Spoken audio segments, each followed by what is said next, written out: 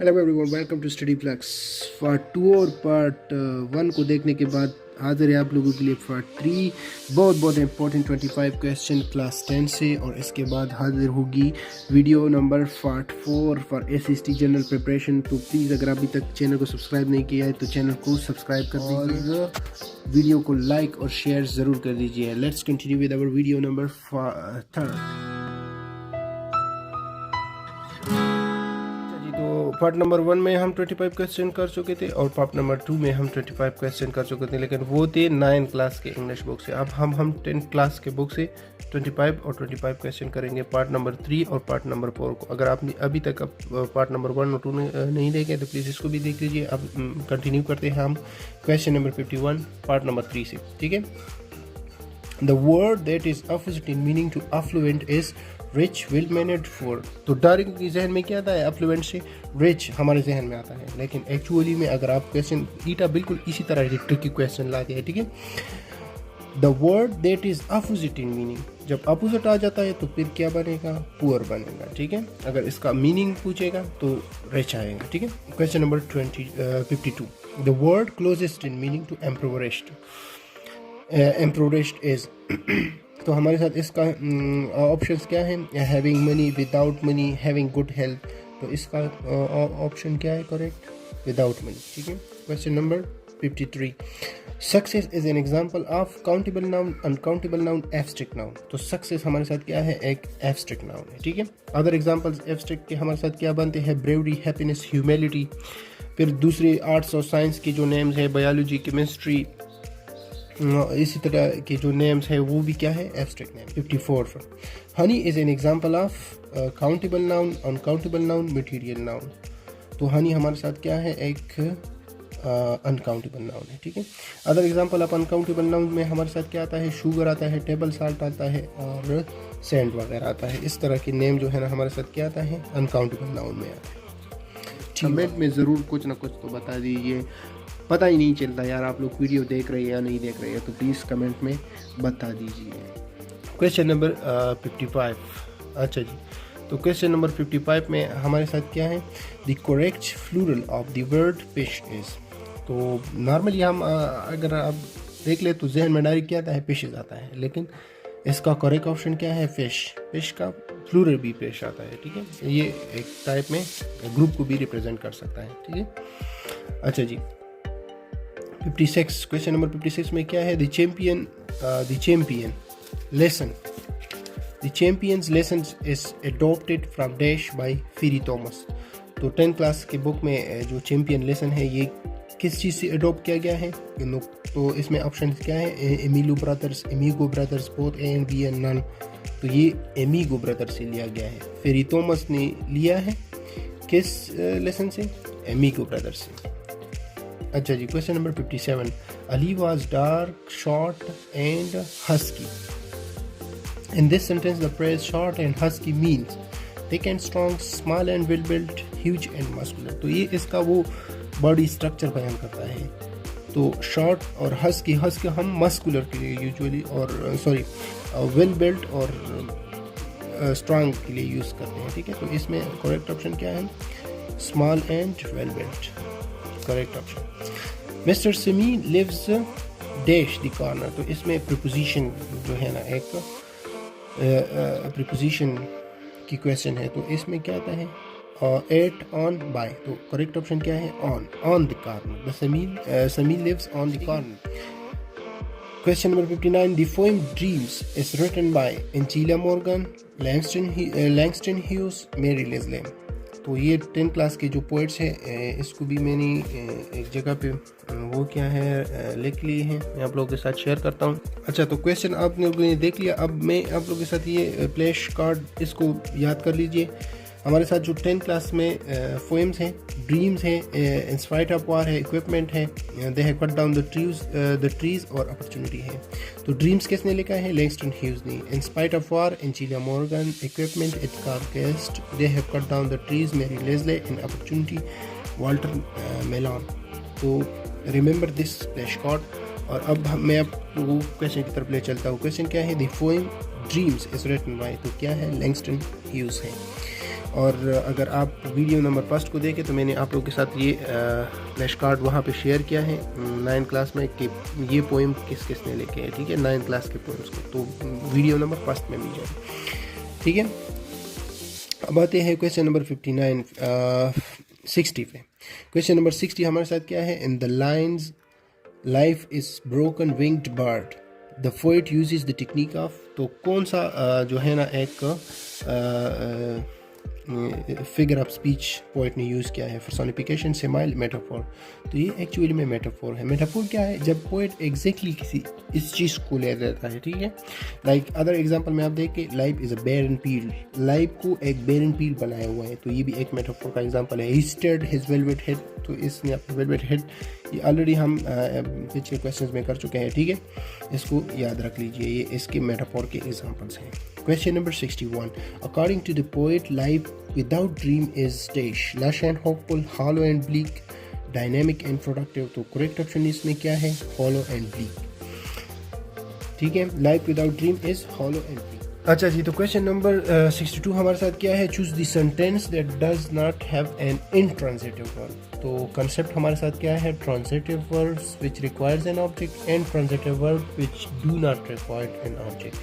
तो इसमें देख लीजिए आप, अचोग, इसको ऑब्जेक्ट की ज़रूरत नहीं है, द चाइल्ड गर्गल्स, इसमें ऑब्जेक्ट की ज़रूरत नहीं है, शी सोप्स, इसमें ऑब्जेक्ट की ज़रूरत नहीं है। लेकिन अगर इसमें देख ले, आई वॉच्ड, तो ये मीनिंग कन्वे इस वक्त तक नहीं करेगा जब इसके साथ ऑब्जेक्ट ऐड होगा। आई वॉच्ड अ मूवी, तो यही जो है ना, ये वर्ब क्या है, an intransitive verb that does not have an intransitive verb, ये एक्चुअली में ट्रांजिटिव वर्ब है which requires an object to complete its meaning, ठीक है। तो remember this concept, this is very very important, एक ना एक क्वेश्चन ज़रूर इसके बारे में पूछा जाता है। अच्छा, क्वेश्चन नंबर 63 क्या है, it is estimated that the world's population will reach dash by 2050। तो ये एक्चुअली में ओवर पॉपुलेशन एक लेसन है 10th क्लास के इंग्लिश में, इसमें से लिया गया है ये फैक्ट। तो ऑप्शंस क्या है, 8.5 बिलियन, 9 बिलियन, 9.2 बिलियन। तो इसमें करेक्ट ऑप्शन क्या है, 9.2 billion. Over population will be 9.2 billion by 250। अब आते हैं क्वेश्चन नंबर 64 पे, forest cover dash percent of the world's land, तो कितने परसेंट, 20%, 30%, 40%। करेक्ट ऑप्शन क्या है, 30%। Forest actually covers 30% of the world land. और इसके साथ रिलेटेड और जो है ना एमसीक्यूज क्या आता है, जो हमारे साथ according to the FAO, Food and Agriculture Organization, World Food and Agriculture Organization, according to it, 18 million acres of forests are lost each year। ये भी इसी लेसन में एक पॉइंट है, ठीक है। तो कितने forest, 18 million acres of forests are lost each year, according to FAO। Question number 66 हमारे साथ क्या, क्वेश्चन नंबर 55 तो गायब जी। तो क्वेश्चन नंबर 65 हमारे साथ क्या है, the impact of humans on the environment is so enormous that the scientist use the term dash for our age. तो ऑप्शन है anthropogenic era, anthropocene epoch, etcetera, none. तो करेक्ट ऑप्शन क्या है, anthropocene effect. तो ये जो हमारा as है, अभी जो हम एनवायरनमेंट को बहुत ज़्यादा इनॉर्मसली डिस्ट्रॉय कर रहे हैं, तो इस एज को हम क्या कहते हैं, anthropocene effect. Human activity environment के लिए बहुत ज़्यादा इनॉर्मस है, तो इसको क्या बोलते हैं, anthropocene effect. This is very very important. Question number 66 हमारे साथ क्या है, the history of the city is recorded in a book. तो इसमें अंडरलाइन वर्ड्स क्या है, हिस्ट्री, सिटी और बुक। तो ये हमारे साथ कौन से टाइप ऑफ नाउन्स हैं। तो ऑप्शन हमारे साथ क्या है, collective, common, proper, abstract, common, common noun, proper, common, abstract noun. तो करेक्ट ऑप्शन क्या है, एब्स्ट्रैक्ट। हिस्ट्री हमारे साथ क्या है, एब्स्ट्रैक्ट, और ये सिटी भी कॉमन नाउन है और बुक भी कॉमन नाउन है, ठीक है। करेक्ट ऑप्शन यही है। कॉन्सेप्ट क्या है, एब्स्ट्रैक्ट नाउन किसे कहते हैं, क्वालिटी, एक्शन और स्टेट ऑफ एन ऑब्जेक्ट को रिप्रेजेंट करने के लिए हम क्या यूज़ करते हैं, एब्स्ट्रैक्ट नाउन्स का यूज़ करते हैं, ठीक है। अब इंटरेस्टिंग फैक्ट हमारे साथ इसमें क्या है, जो एब्स्ट्रैक्ट नाउन है, the nouns of the arts and science is represented in abstract, is called abstract nouns. तो इसमें हमारे साथ क्या आता है, आर्ट्स और साइंस में chemistry, music, biology, history, like environmental sciences, such type of words are called abstract nouns. So remember, this is very very important. और बहुत से पेपर्स में ये क्वेश्चन पूछा जाता है, ठीक है। अब हमारे साथ है question number 67। Cordoba is the city in Andalusia in the south of देश। तो कौन सी कंट्री में ये वाक़या है? जापान, चाइना और स्पेन। तो करेक्ट ऑप्शन क्या है? स्पेन। यहाँ पे इकबाल ने एक विज़िट किया था 1933 में, तो इसको रिमेंबर कर दीजिए। ये the mosque of Cordoba, very very important. Islam reaches Spain when Tariq bin Ziyad conquered it in dash। Tariq bin Ziyad ने स्पेन को कब कंकर किया था? 710 AD, 711 AD, 712 AD। तो करेक्ट ऑप्शन क्या है? 711 AD। और वो ये कहाँ पर लैंड किया था स्पेन पे? जिब्राल्टार पे, ठीक है। जिब्राल्टार पर उन्होंने लैंडिंग की थी। अब आता है question number 69। Allama Iqbal paid a visit to Masjid Qurtuba or Qaltuba Mosque in 1930, 1933, 1936। तो 1933 is the correct option। और इसके बारे में दूसरे इंपॉर्टेंट पॉइंट्स क्या है? Founded by Abdurrahman I in 784। ये जो कार्टूबा मस्जिद किसने इसकी फाउंडेशन रखी थी? Abdurrahman I in 784। और ये कंप्लीट किसने किया था? फाइनली कंप्लीटेड बाय अबू अमीर अल-मंसूर 976। फाउंडेशन अब्दुर्रहमान I in 784 और completion Abu Amir Al-Mansur 976। Remember, these are very very important from the 10th class book, ठीक है। Question number 70। After the fall of the Muslims in the Spain, the masjid was converted into cathedral. It shows that the Muslims were overthrown by, ठीक है। जब Muslims को overthrow किया गया तो मस्जिद को कैथीड्रल में कन्वर्ट किया गया। तो कैथीड्रल और चर्च और इस टाइप की चीज़ें हमारे साथ किन लोगों की रिलीजियस जगह हैं? तो ये क्रिश्चियंस की हैं। तो इसका मतलब ये हुआ कि ये कैथीड्रल में कन्वर्ट हुआ, तो ये मुस्लिम्स को ओवरथ्रो किसने किया था? क्रिश्चियंस ने किया था। वेरी वेरी इंपॉर्टेंट, ठीक है। अच्छा, the poem in spite of war is written by. ये पोएम किसने लिखा था इन स्पाइट ऑफ वार को? तो Langston Hughes, Angela Morgan and Mary Lesley. तो करेक्ट ऑप्शन क्या है? Angela Morgan. और दोबारा दिखाता हूँ वो flash card. Remember this flash card. Remember this flashcard, poets' names and their writers. Poems and their writers. ठीक है। Dreams, Langston Hughes. In Spite of War, Angela Morgan. Equipment, Edgar Guest. Cut Down the Trees, Mary Leslie. Opportunity, Walter Milan. तो ये क्या है? In Spite of War किसने लिखा? Angela Morgan. The birth name of Angela Morgan. Angela Morgan के बारे में एक दूसरा MCQ क्या है? इसकी बर्थ नेम क्या है? नीना लिलियन। अच्छा जी, चलते हैं अपने क्वेश्चन नंबर 72 पे। क्वेश्चन नंबर 72 में हमारे साथ क्या है? When pansies lift their eyes to mine, in this sentence the poet has used the poetic device of simile metaphor personification। तो ये क्या है? करेक्ट ऑप्शन personification है। personification क्या कहते हैं? जब हम किसी इनएनिमेट ऑब्जेक्ट को एनिमल्स की हैबिट देते हैं या लिविंग थिंग्स की हैबिट देते हैं तो इसको पर्सोनिफिकेशन। सिमाइल जब सिमिलैरिटी को रिप्रेजेंट करते हैं, मेटाफोर जब एग्जैक्टली किसी दूसरी चीज़ को ले लेते हैं, ठीक है। लाइक असद शेर है, तो असद तो शेर नहीं होता लेकिन शेर की तरह होता है, तो इसको हम असद शेर लेना इस मेटाफोर। और इसमें अगर आप देख ले, when pansies lift their eyes, pansies actually में एक प्लांट है और जब वो अपनी आंखें खोल देता है तो ठीक है, तो इसका मतलब क्या हुआ? ये पर्सनिफिकेशन हो गया। नॉन लिविंग को लिविंग की हैबिट्स, एक्चुअली प्लांट तो नॉन लिविंग नहीं है लेकिन ये एक काइंड ऑफ इसको हम ह्यूमन वाली हैबिट्स दे रहे हैं। तो किसी इनएनिमेट ऑब्जेक्ट को ह्यूमन के कैरेक्टरिस्टिक देना, ये एक्चुअली में personification. Question number 73. The tone of the poem In Spite of War is dash, optimistic, pessimistic, ecstatic।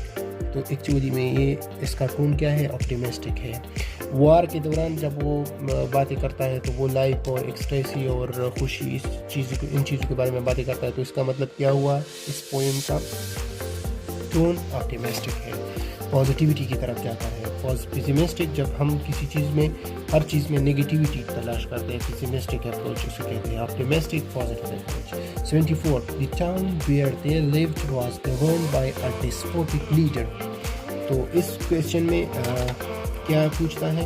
The word despotic means dash The governor was a kind person. The governor was a wise fellow. The governor was a cruel man. तो इसमें correct option क्या है? The governor was a cruel man. ये correct option है. Question number 75 हमारे साथ क्या है? May I use your mobile to make a prediction? तो इस sentence में क्या है? To make a ये हमारे साथ क्या है? Function of modal verbs इस सेंटेंस में पूछ रहे हैं. To make a prediction, to express possibility, to make a semi-formal request. तो इसमें correct option क्या है? To make a semi-formal request में I use your mobile phone. तो मॉडल वर्ड्स में दूसरी भी बहुत से क्वेश्चन बनते हैं और ये एक बहुत ही इम्पोर्टेंट. अच्छा जी, तो ये रहे हमारे साथ 10th क्लास के इंग्लिश से बहुत इंपॉर्टेंट 25 क्वेश्चंस. और वीडियो के पार्ट 4 में एक्चुअली पार्ट 4 में भी हम 25 क्वेश्चन शेयर करेंगे. बाकी जो लेसन हैं इससे 25 क्वेश्चन बनाएंगे. तो अगर आप अभी तक अपने चैनल को सब्सक्राइब नहीं किया तो चैनल को सब्सक्राइब कर दीजिए और बेल नोटिफिकेशन को ऑन कर दीजिए ताकि नेक्स्ट वीडियो के लिए आपको नोटिफिकेशन मिल सके. Thank you for watching. Good luck and bye bye.